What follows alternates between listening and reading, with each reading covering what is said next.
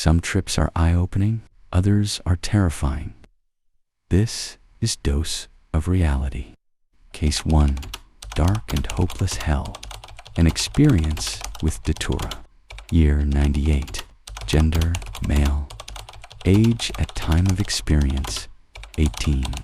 Body weight, 170 pounds. Dose, 1 oral Datura seeds. When I was 18, I was in a strange place in the world. I was homeless, penniless, and with no real ambition to pull myself out of the gutter. Although I was without the basic necessities of food and shelter, I had a steady supply of drugs that were dispensed, I suppose, out of sympathy by many of my friends. I went to sleep hungry and cold every night, but never sober. One evening, before I left a party to hit the streets to find a broom, closet, or stairwell to lay my head, a guy I barely knew gave me a large freezer bag full of brown, spiky pods. "What are these?" I said. "Jimson weed," he replied. "The seeds will make you trip. Maybe you can sell them." "I don't want them." He told me to split the pod open and eat half of the seeds if I really wanted to trip hard. To me, that meant eat the whole pod, since I always found recommended dosages to be unsatisfying. I chose not to dose that night, since I was already tired and afraid I might fall asleep before the trip kicked in. I slept in a building gutted by a fire. A few years before, in the freezing November air woke me just before dawn. I got up and walked into town to raise my body temperature and avoid hypothermia. This was my daily morning ritual. Obviously, 5 a.m. in a small city offers very little in terms of recreation. So I decided it was the right time to open the door of perception and began my day with a psychedelic breakfast. I chose the largest pod in the bag, which was also the darkest in color. I was told afterward the most potent seeds are the deepest brown. The seeds were terribly bitter, and many of the shells got stuck in my teeth. I managed to finish the entire pod with a little help from a public water fountain. I watched a beautiful sunrise from the roof of an apartment building, constantly waiting for the effects of the Jimson weed to take effect. I can't say how long I sat until the seeds started working, but the first noticeable signs came in the form of extreme thirst and general physical discomfort. Finding the feelings of seeming dehydration too strong to ignore, I went to a nearby McDonald's for free ice water. It must have been after 9, because the only people in the restaurant were old guys, getting free refills on senior citizen discounted coffee. I sat in a booth in the back corner, sipping water through a cracked straw, watching the thirsty elderly redneck parade. It didn't take long for me to realize I was entering into a very hallucinogenic trip. The fact that I hadn't eaten a real meal in a week and I was sleep deprived probably added to the drug's intensity. But I can't imagine a big dinner and a full 8 hours would have made too much of a difference. Unlike the onset of an acid trip, my mental state was very comfortable, but my physical condition felt quite unhealthy. The heavy sense of inebriation was quickly followed by powerful, disorienting visuals. Though they weren't disturbing, they seemed as clear as sunlight. Black cats milled about the floor in front of me, so numerous I couldn't even see the tile. They appeared wet and angry. There was deep crimson blood dripping from the ceiling. Everything was technicolor. The sense of detachment was strong, but it didn't feel strange. Each hallucination flowed into the next. I was holding a very old Bible in my lap. I couldn't figure out how to open it. Soon it started to leak blood too.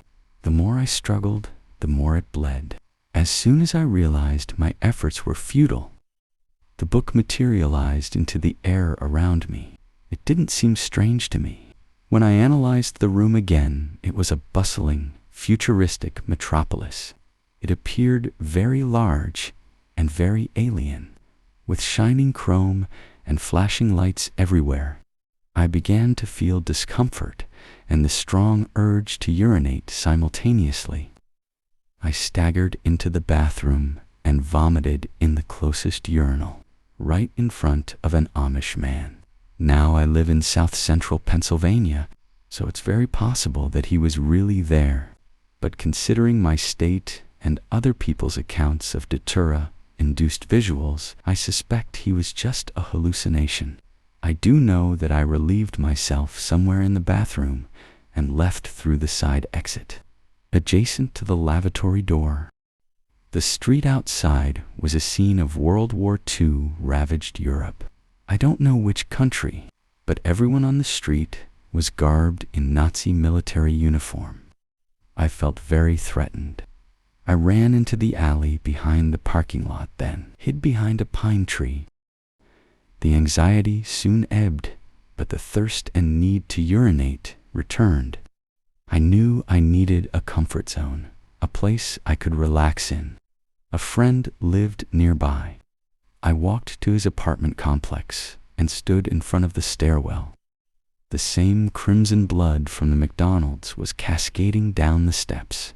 It began to rise over my shoes, up my legs. A heavy sense of vertigo came over me. There's a memory gap between the stairs and my friend's apartment. But I ended up on his couch, watching dolphins dive through the wall in a seamless loop. During my time there, I experienced the typical non-existent cigarette search and the disappearing person puzzle. I visited the bathroom many times, but eliminated very little. The sense of dehydration was unbearable. There was no comfort. I didn't recognize the people in the room. I asked the person closest to me where Bill was. "Bill's not here," was the return. I closed my eyes to escape the growing sense of panic. But when my eyelids shut, all I saw was a new room with new people. Where was I? I tried to reopen my eyes, but it only revealed another room with yet more strangers. This went on and on. I didn't know if my eyes were open or shut. I didn't know where I was, what time it was, or what was happening. My panic turned into sensory collapse. Everything bled together, and I felt a deep, spiraling sensation engulf me. I lost all visual capabilities, but I still had a very real sense of touch. I was trapped in a small metallic box. It made perfect sense to me. I was dead. This was hell. There were no demons, no hellfire or brimstone, just a deep, complete feeling of darkness and hopelessness. This was the never-ending void, not at all how I had imagined it, but worse than I thought that it could have been. I've had feelings of infinite emotion on acid trips and sensations of universal truth in K-holes, but this was the most profound reality I had ever experienced. My whole existence was put into perspective, and I was being punished for wasting the gift of life. I blacked out at some point in the box and woke up in my friend's apartment. The next day, he said I was out for about 8 hours. The physical effects wore off about a day later, but the psychological impression has yet to fade. Datura is boundless. Datura is powerful beyond words. Datura is poison. That was today's dose of reality. What do you think about this story? Have you ever experienced something like this, or do you know someone who has? Share your thoughts in the comments. We'd love to hear from you.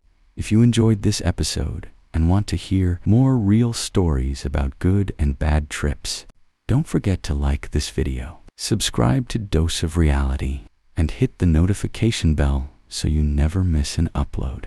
And if you have your own experience you'd like to share, we'd love to feature it here. Just check the video description for our email and send us your story. Remember, every trip has a lesson, and every lesson is your dose of reality.